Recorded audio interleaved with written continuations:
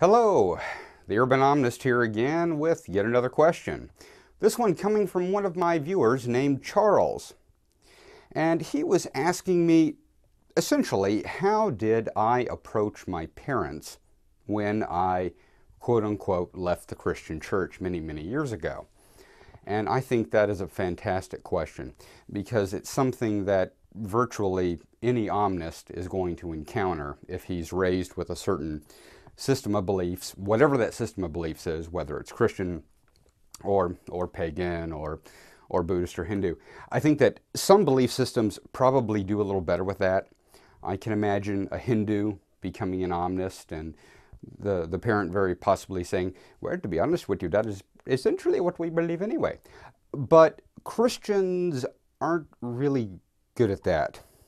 And depending on your parents and depending on how extreme their view is, that can be hard. And I know that can be hard. For myself, it wasn't quite as bad as one might think.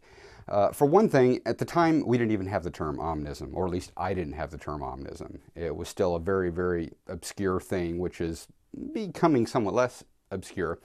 But at the time, I simply knew that I believed in something more, something wider. And fortunately, my father was essentially an agnostic and didn't really care what I believed, at least not in that respect. And my mother, even though she was a very conservative Christian, had a very wide view for being a conservative Christian. In fact, in many ways, I think that between she and my father, it really helped mold me into something that was able to go the direction I went. But at the time, I did very much just have to say, well, I'm not leaving the church. And I don't say I ever have left the church, so to speak. I still believe in what Christians believe. I still believe in Jesus Christ. I just happen to believe in Buddha and Muhammad and Krishna and all the rest of them. Perhaps in a somewhat different way, but I still believe in all of those things. The church is another thing altogether. I had a great difficulty with the people in the church. My parents could sort of accept what I was saying because I said, look, it's not that I don't believe in God anymore. It's just that God got a lot bigger. God simply, for me, couldn't be contained within the Christian faith. Not that I didn't think that what the Christians had wasn't true and wasn't completely valid and wasn't very powerful and beautiful. But what I believed was very, very simply wider and bigger. And when you do that, when you say that to people, for a lot of Christians, you're either for them or against them. And there's just no middle ground. And there are a number of people that I used to speak to a lot of my theological friends who won't even talk to me anymore. Some of them do. Some of my best friends have remained friends with me the whole time and have been amazingly accepting of my belief system, whatever it was at the time. Eventually, of course, I started calling myself a universalist and then eventually an Omnist. But some of them were fairly accepting. For a lot, I was essentially first a heretic and then basically just a complete apostate. But that's just kind of what you have to deal with.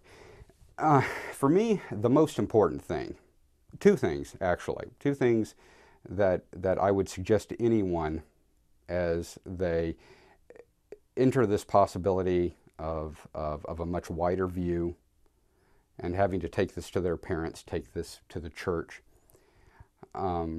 face that kind of possible rejection, is that you're not rejecting them. And you need to make that very clear. You are not rejecting them. You are not rejecting their beliefs. Because for a lot of people, that's what it is. When you say, I don't want to be Christian anymore, or perhaps I don't want to be exactly what you think of as Christian anymore, because in some ways I consider myself Christian. I just also consider myself Buddhist and Muslim and Hindu and all of that.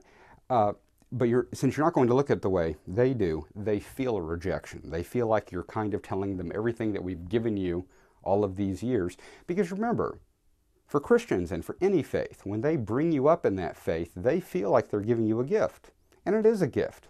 Take it as a gift. but you won't always be able to take it exactly the way they gave it to you. And that can be hard. But make clear to them, and as much as you can to the church as well, that you're not really rejecting them. I know they're going to take it that way anyway, but try to show them that you're not angry with the church. I've never been angry with the church.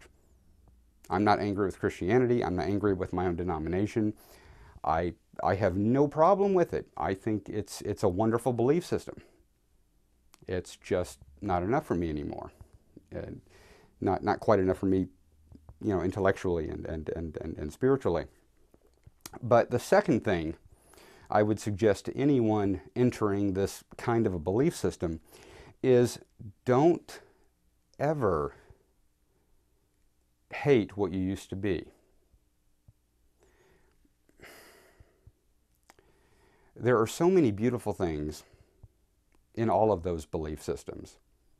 If you leave Christianity, don't leave God. Don't leave the divine. Don't leave that extraordinary connection that Christianity does bring you to God, to the universe, to the infinite, however you want to put it.